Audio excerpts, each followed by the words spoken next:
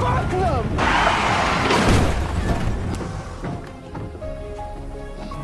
Please, fuck. Okay. On your knees, pinche frijolero. Okay. My men said you two peasants disrespected me. They said I shouldn't let a couple of farmers off with disrespecting me. No disrespect, I don't even know you. You don't know me? I'm Chavez. Second most powerful man in the devil's backbone. Know who the most powerful man is? I'm just a farm worker. My father. When you insult a man from my family... I didn't disrespect no one, please. Please, I didn't disrespect anyone. Don't worry. I'll make it right. There's no repercussions.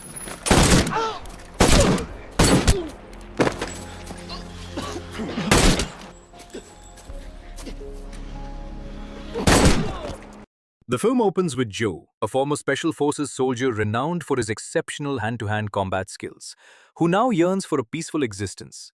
However, the allure of an underground fighting tournament draws him in. Each victory promises a financial reward, compelling Joe to fight until he meets his match, with his loyal employee and friend Lopez by his side in the corner.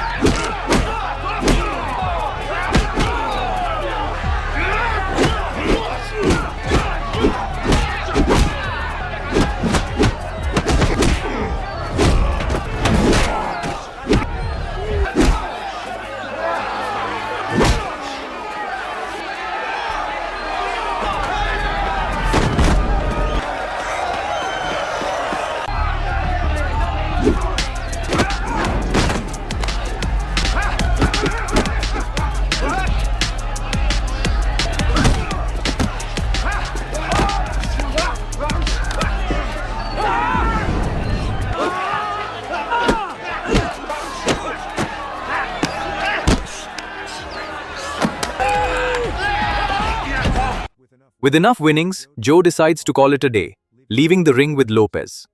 Back at home, Estrella winces at Joe's bruises, yet he relishes the attention they draw from her. Proud of his efforts to support their farm, she recognizes the sacrifices he has made. Joe then visits the farm to distribute paychecks. Although the farm is slowly recovering, Lopez suggests laying off some employees until conditions improve. Later, on the way to the market with young employee Marco, who questions why Joe settled in such a remote area, Joe dodges the inquiry, but senses Marco suspects a darker past. Eventually, he confesses that his choice to become a soldier for hire sometimes led him into morally ambiguous battles. Estrella's father had invited him to Mexicali to train an auto-defense group in response to escalating violence. Marco admires Joe's legendary fighting reputation and expresses a desire to emulate him in combat.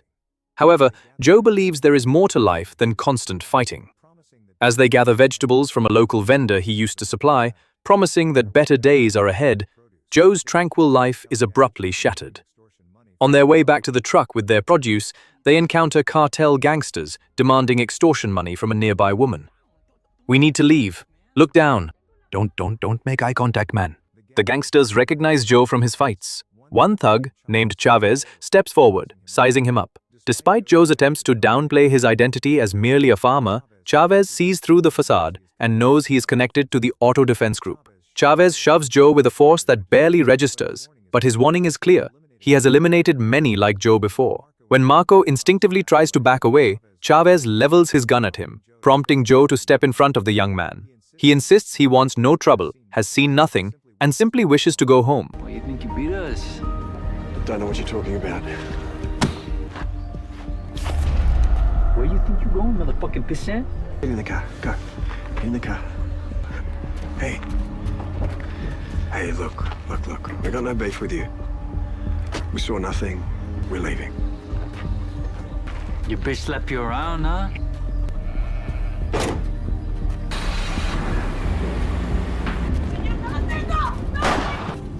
Reluctantly, Chavez lets them drive away. But the reprieve is short-lived, as he mercilessly guns down the female vendor in the street, a chilling reminder of his brutality. As they drive back, Marco's anger boils over at the woman's senseless death. He vows to learn how to fight and take revenge against those responsible. Before Joe can respond, trouble finds them once more. Chavez and his thugs catch up in a truck, clearly unhappy with their earlier encounter. Joe desperately tries to outrun them, but the truck sputters and fails, leading to a violent crash against a tree. Please. Okay. On your knees, pinche frijolero. Okay. My men said you two peasants disrespected me. They said I shouldn't let a couple of farmers off with disrespecting me. No disrespect, I don't even know you. You don't know me? I'm Chavez. Second most powerful man in the devil's backbone. Know who the most powerful man is? I'm just a farm worker. I don't... My father. When you insult a man from my family... I didn't disrespect no one, please. Please, I didn't disrespect anyone. Don't worry. I'll make it right. There's no repercussions.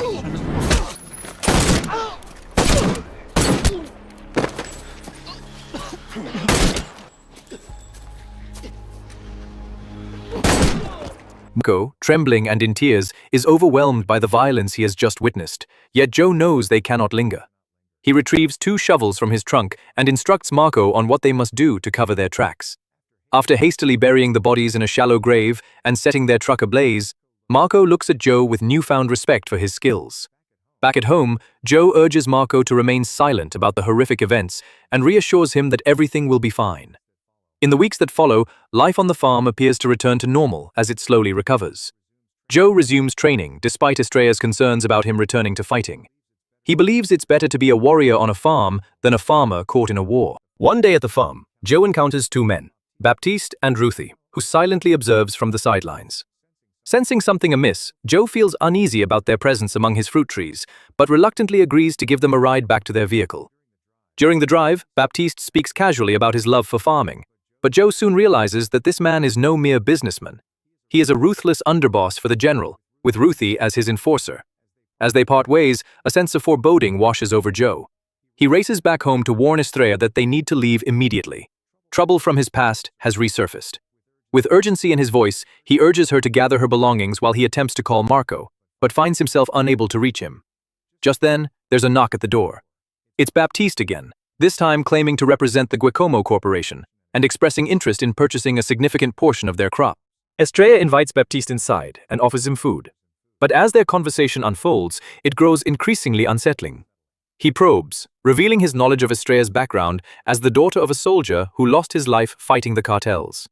He adds, casually referencing Joe's truck. Although it has been repainted, Baptiste deduces it was involved in an accident.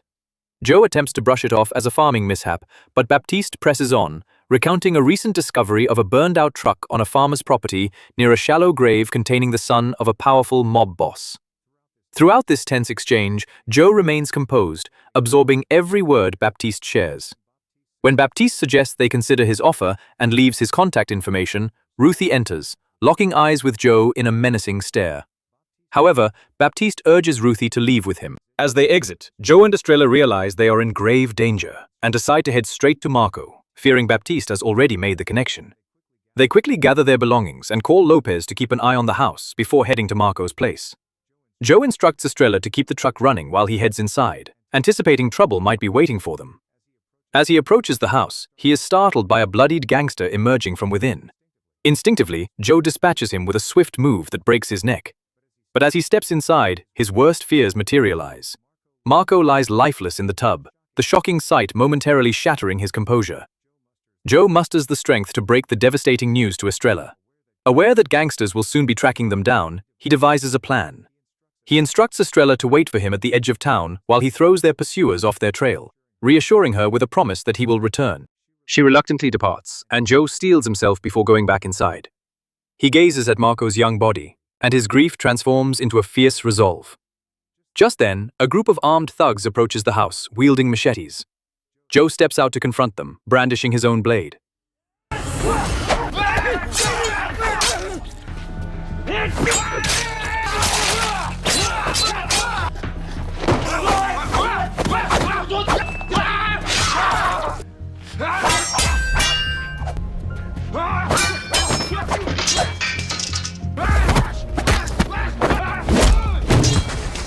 However, more trucks are on the way, forcing Joe to make a hasty escape. Baptiste and Ruthie lead the pursuit with armed men in tow. Ruthie soon catches up with Joe alone and coldly informs him that Marco's death has disrupted the balance of power, making things even for Chavez. Joe doubts his own abilities but knows he's still more formidable than Ruthie realizes. I'm not gonna miss out this opportunity, but I intend to live longer than you.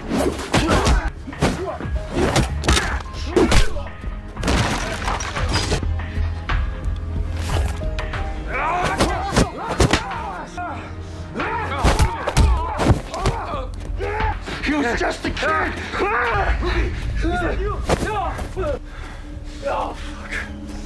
However, more trucks are on the way, forcing Joe to make a hasty escape.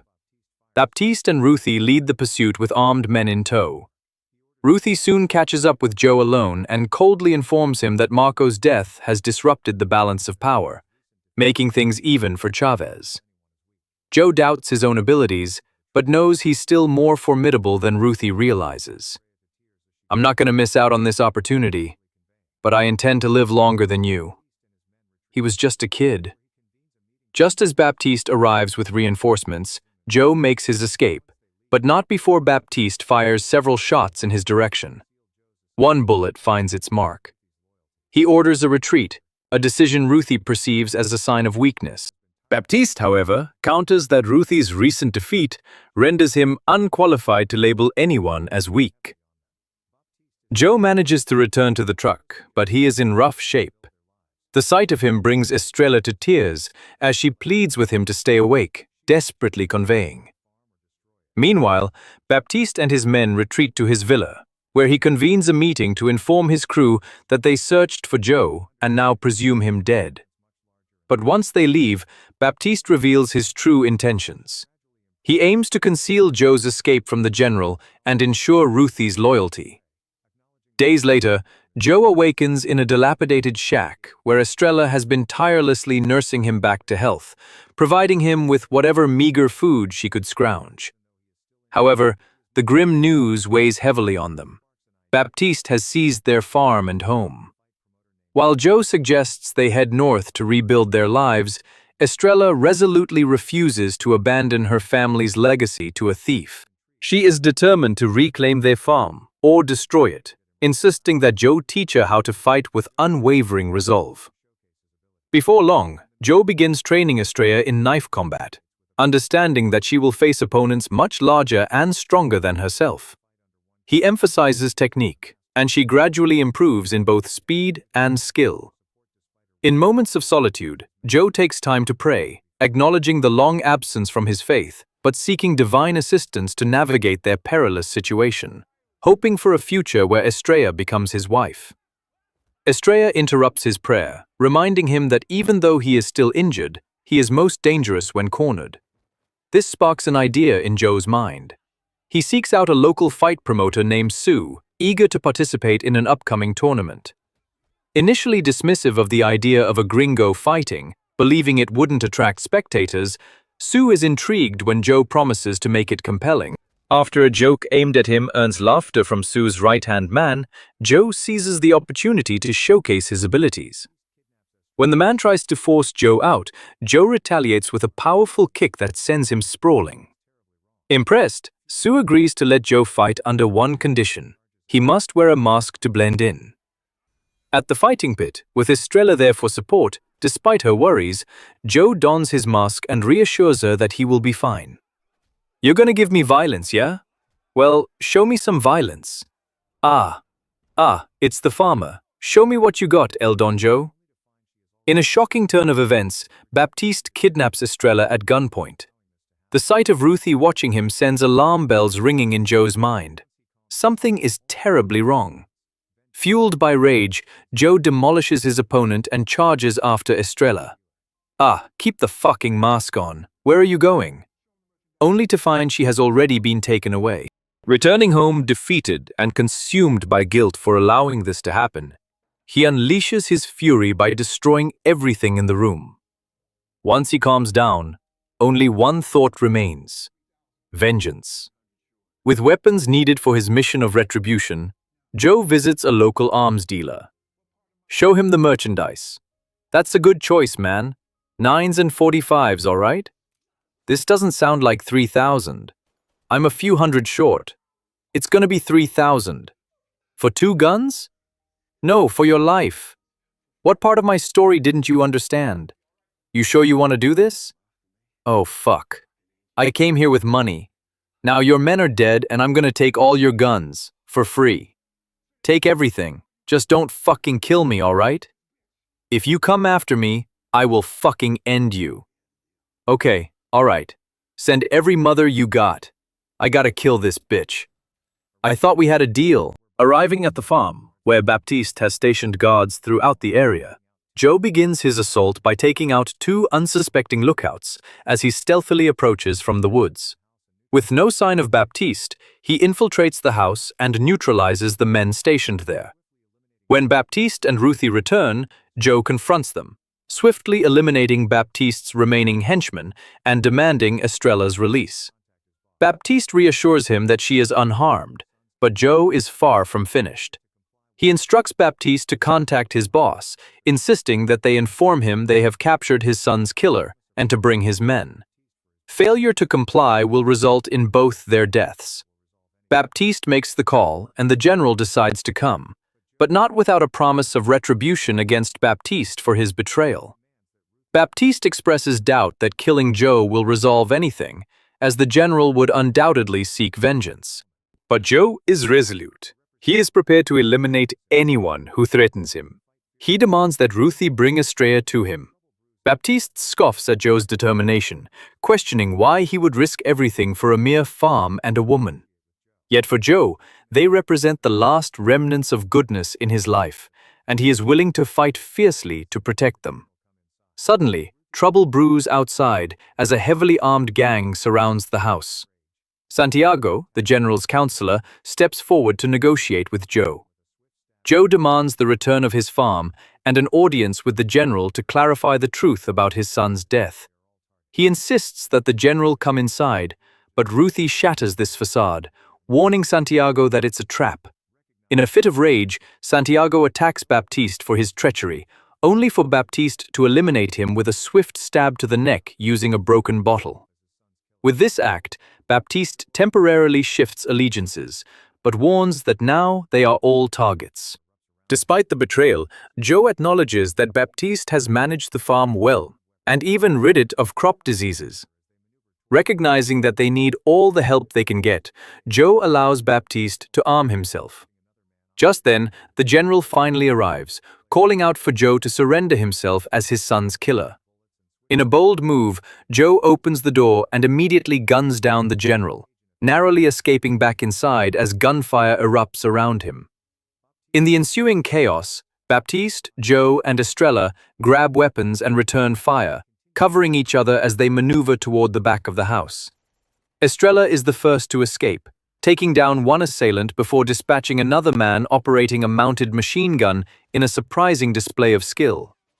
Meanwhile, Joe finds himself out of bullets and switches to a machete when he encounters the same formidable fighter from earlier. They engage in a fierce battle, and though he suffers a blow, Joe ultimately prevails. Baptiste comes under attack next, but Joe arrives just in time to save him. Together with Estrella, they continue their fight until every gangster is eliminated. In a moment of relief, Joe embraces Estrella tightly, while Baptiste shakes his hand and urges him to take care of himself as they part ways. Finally finding a moment of peace amidst the chaos, Joe seizes the opportunity to propose to Estrella, solidifying their bond in the midst of turmoil. Thank you for watching. If you are new, don't forget to subscribe for more recaps. Until next time, Have a nice day.